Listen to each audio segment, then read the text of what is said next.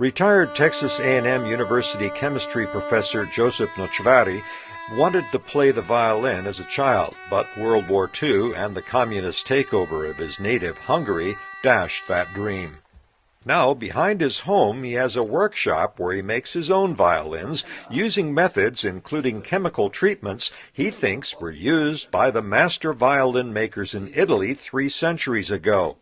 After examining violins across northern Italy, he found that only the instruments from Cremona and Venice had escaped damage from wood-eating worms.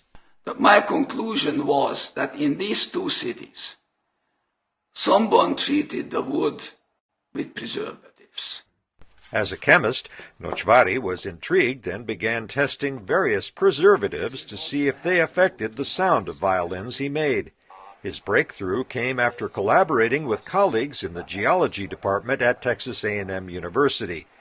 Geology professor Ray Gilmet utilized high technology in the form of a microprobe machine that tests the chemical makeup of a substance. There are times when the machine is not in use on evenings or weekends, and I got permission from my department to use several hours of microprobe time to try to solve this very interesting problem.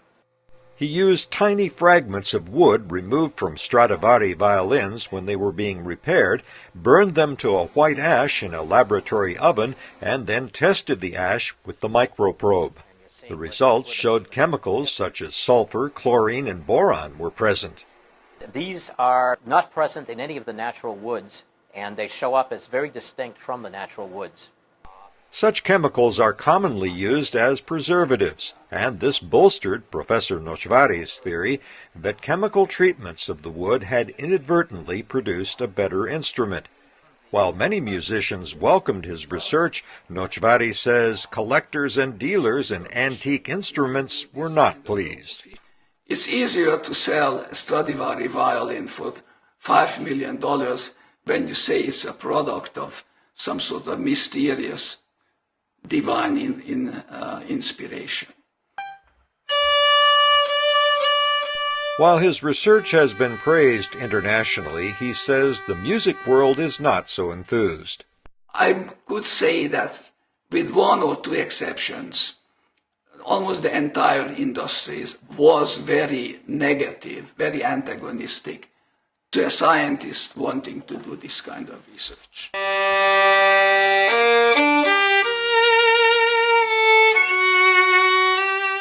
But Nochvari has found enthusiastic support from many violinists, like University of Texas at Austin music professor Brian Lewis, who tested one of Nochvari's violins.